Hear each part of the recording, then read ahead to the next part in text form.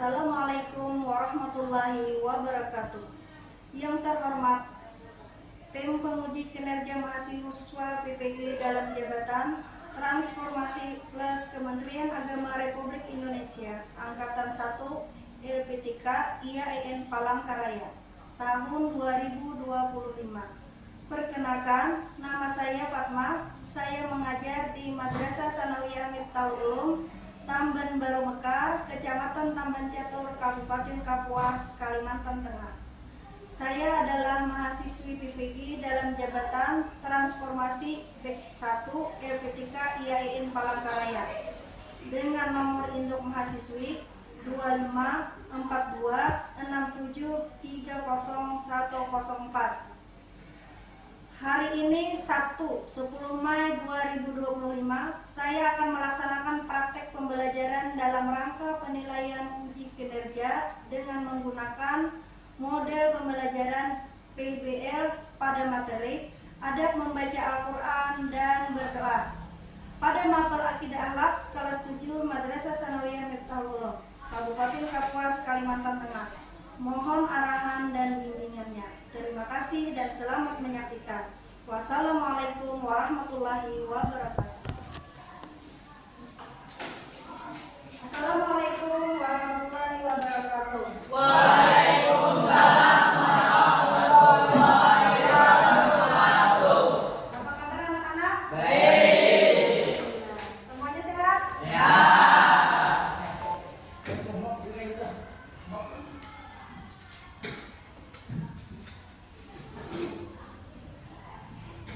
Sebelum kita mulai pelajaran, sebaiknya kita berdoa dulu. Mari kita berdoa bersama-sama.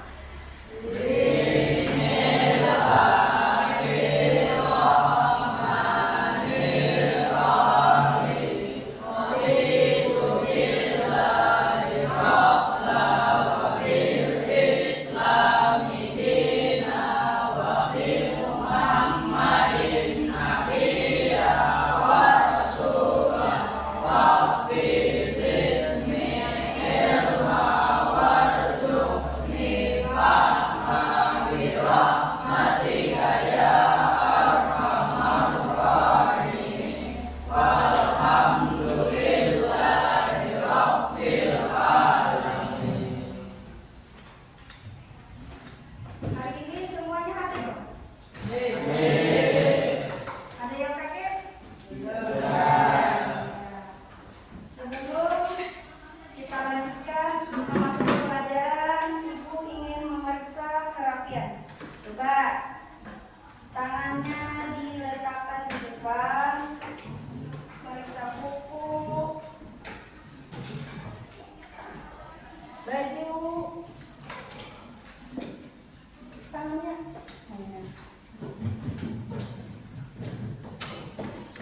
Nah, kupiahnya bengki.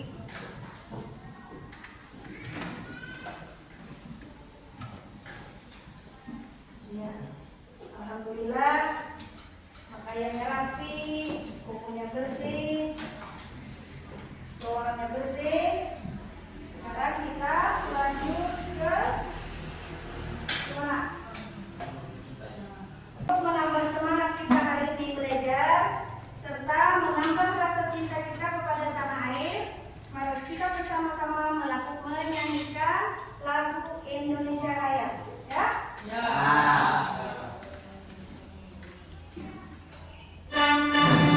Berdiri.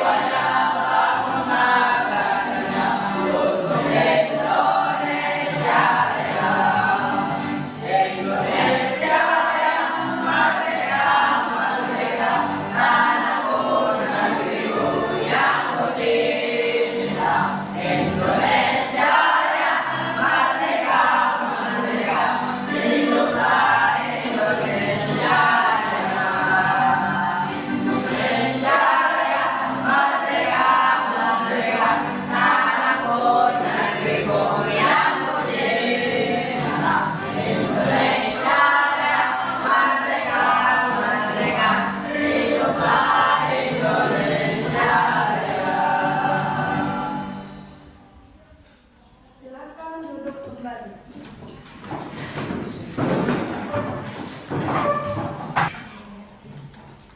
Ya, sudah setelah kita menyanyikan lagu Indonesia Raya tadi, kita masuki pembelajaran hari ini ya. Sebelum kita masuki pembelajaran, kita harus mengetahui dulu capaian pembelajaran, kemudian tujuan pembelajaran. Apa-apa saja yang harus kita capai dalam pembelajaran hari ini. Pertama, peserta didik mampu menganalisis dan membiasakan adab sholat, zikir, membaca Al-Quran, dan berdoa ya. Kemudian tujuan pembelajarannya adalah peserta didik dapat menganalisis dan membiasakan adab sholat, zikir, serta membaca Al-Quran dan berdoa. Karena kita pada bab ini membahas tentang adab membaca Al-Quran dan berdoa. Anak-anak, sebelum kita masuki selanjutnya tentang adab membaca Al-Quran, Ibu ingin bertanya, siapa yang tahu arti Al-Quran? Ada yang tahu? Ayo, siapa yang tahu bertanya? Bapak, apakah arti Al-Quran secara bahasa? Al-Quran artinya bacaan. Pak Jiri, kalau secara istilah Pak Jiri apa? Istilah syara, istilah agama. Al-Quran adalah firman Allah yang dikirimkan oleh yang diwahyukan kepada itu adalah termasuk kitab-kitab Allah. Coba ada yang ingat Pak, Al-Quran diturunkan kepada Nabi siapa? Nabi siapa Lek? Nabi Muhammad Sallallahu Alaihi Wasallam. Kemudian Al-Quran itu banyak surah-surahnya ya. Ada berapa surah? Ayo, ada berapa? 114. Iya, ada 114 surah. Untuk mengetahui lebih lanjut tentang Al-Quran, mari kita saksikan video berikut.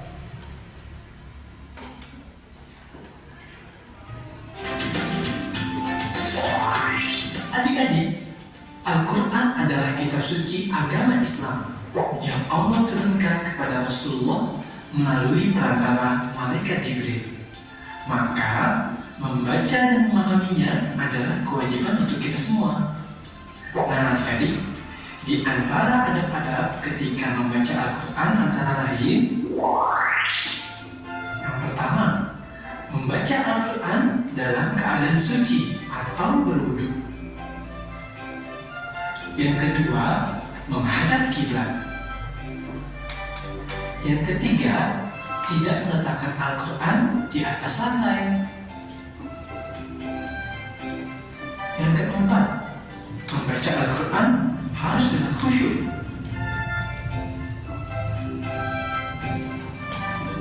Yang kelima, membaca Al-Quran diawali dengan membaca isti'adzah dan basmalah. A'udzu billahi minasy syaithanir rajim. Bismillahirrahmanirrahim. Yang keenam, membaca Al-Quran dengan suara yang baik dan merdu. Yang ketujuh, membaca Al-Quran sesuai dengan ilmu tajwidnya. Yang kedelapan, mendengarkan dan memahami dengan tenang ayat Al-Quran yang dibaca. Yang kesembilan, mengamalkan isi kandungan Al-Quran. Dan yang kesepuluh, berdoa setelah selesai membaca Al-Quran. Nah, itulah adik-adik adab-adab kita ketika membaca Al-Quran. Mudah-mudahan kita dapat mengamalkannya ya.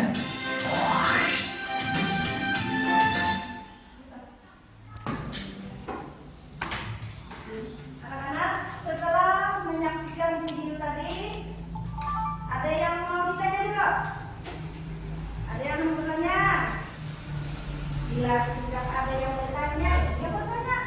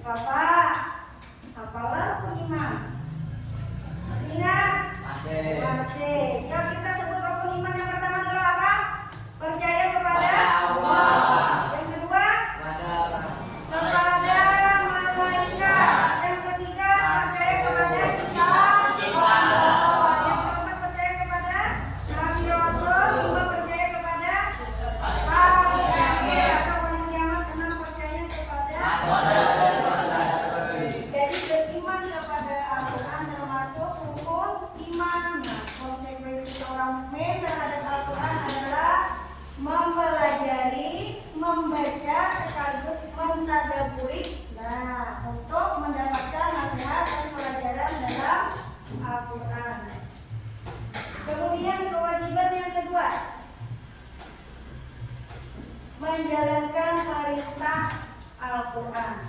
Maksudnya perintah yang terkandung dalam Al-Quran.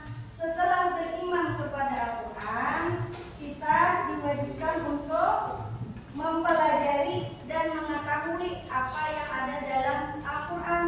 Jadi disuruh belajar. Kemudian setelah belajar, kita disuruh mengajarkan lagi ilmu yang didapat kita dari Al-Quran, sebagaimana sabda Rasulullah balighuni walau ayat, sampaikanlah dariku walau satu ayat. Nah, jadi bila ada bisu ilmu yang baik disampaikan, jangan ilmu yang buruk disampaikan. Ilmu yang baik-baik. Terus lagi, keutamaan membaca Al-Quran. Nah, apa keutamaan itu? Fungsinya, manfaatnya orang membaca Al-Quran. Yang pertama, ia akan termasuk insan terbaik. Hendaklah berniat jadi insan terbaik. Orang yang mempelajari atau mengajarkan Al-Quran termasuk insan terbaik. Yang kedua, manfaatnya akan mendapat syafaat di hari kiamat. Makanya penghafal Al-Quran itu dijamin sudah. Yang ketiga, memperoleh derajat yang tinggi. Akan ditinggikan derajatnya. Kalau bisa derajat tinggi, apa? Derajat tinggi, bukan cuma uang yang banyak, kekuasaannya pun berubah. Kemudian orang yang membaca Al-Quran hatinya akan jadi lembut, tidak gampang marah, tenang. Bila sakit hati ada yang baca Al-Quran.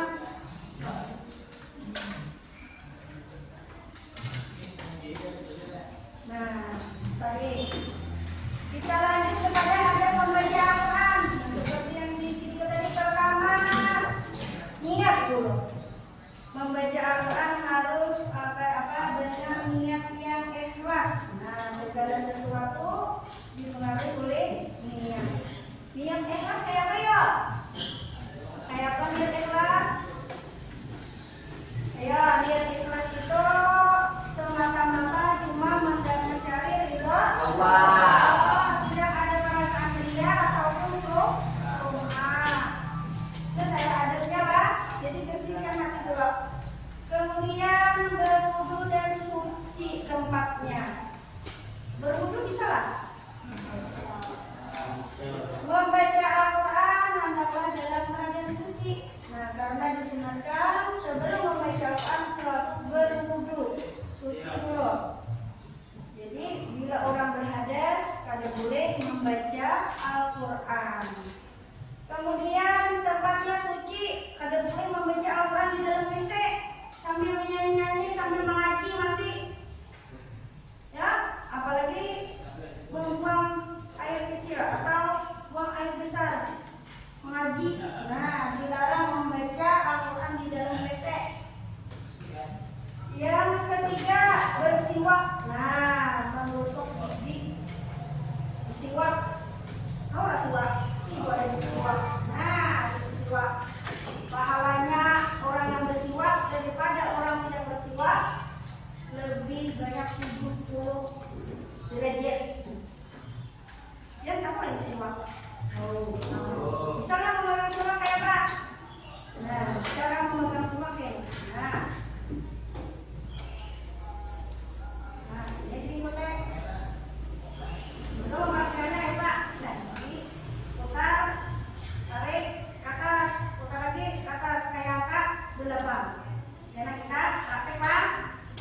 Nah, terus juga itu untuk menambah pahala dalam membaca Al-Quran. Terus membaca Al-Quran harus dimulai dengan doa isti'adzah. Khusyuk, tenang dan sopan. Siapa tahu isti'adzah itu apa ya? Membaca ta'awuz. Tahu ta'awuz?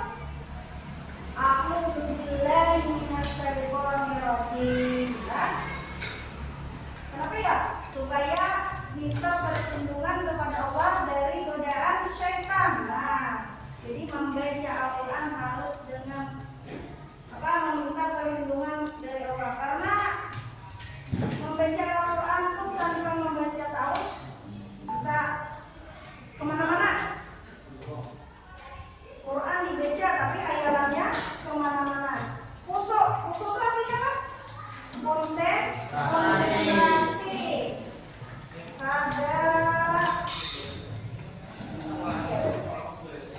Ada kemana-mana, tenang dan sopan. Sopan tuh ya, Quran tidak dibawa lari-lari, duduk rapi, lah. Terus membacanya dengan tartil dan membaguskan suara. Nah, membaca Al-Quran itu bagus-bagus, tartil, tahu tajwidnya, buku bacaannya, lah. Terus yang ke, nah habis sudah lah. Ada berapa sih tadi?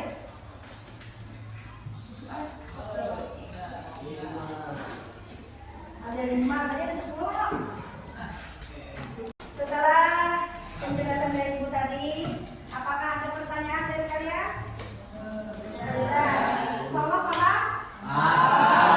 Sekarang kita lanjutkan kepada diskusi ya. Ya. Kita bagi menjadi 4 kelompok. Ya, siap-siap bagi 4. Jangan. Di kelompok ini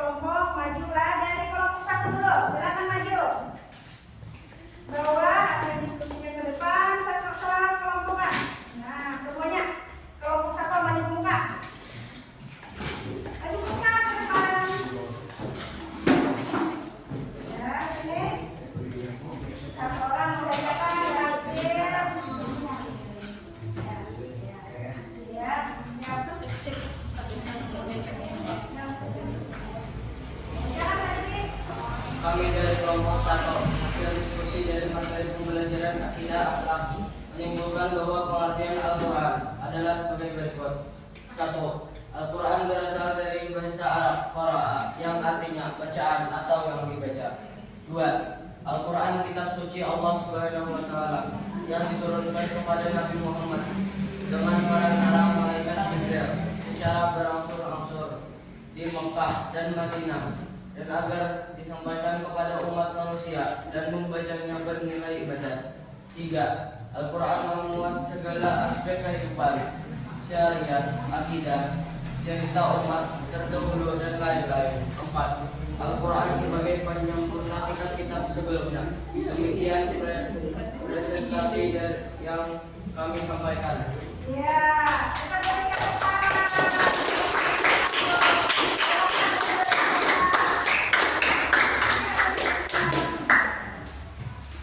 Lanjut kepada kelompok 2. Silakan lanjut. Silakan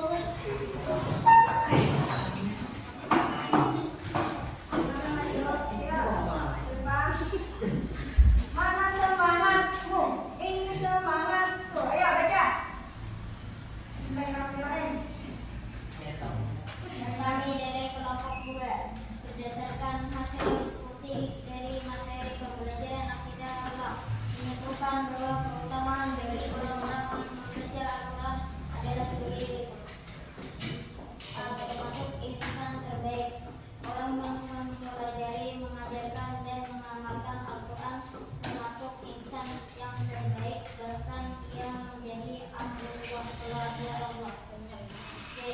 Mendapat syafaat pada hari kiamat. Orang yang membaca Al-Quran akan mendapat syafaat dari Al-Quran pada hari kiamat nanti. Barore derajat yang tinggi. Al-Quran akan mendapat derajat yang tinggi di surga. Berobatan hati. Bahwa Al-Quran akan mendapatkan hati bagi pembacanya dan orang yang mendengarkannya dengan baik. Sudah selesai. Iya, beri tepuk tangan kelompok 2. Pelajaran kita ini apakah menyenangkan? Alhamdulillah, sangat menyenangkan. Karena nanti Al-Quran harus dibaca dan dipelajari, dijadikan pedoman hidup. Iya. Sekarang kalau sudah selesai, Ibu akhiri dengan ucapan billahi taufiq wal hidayah. Assalamualaikum warahmatullahi wabarakatuh.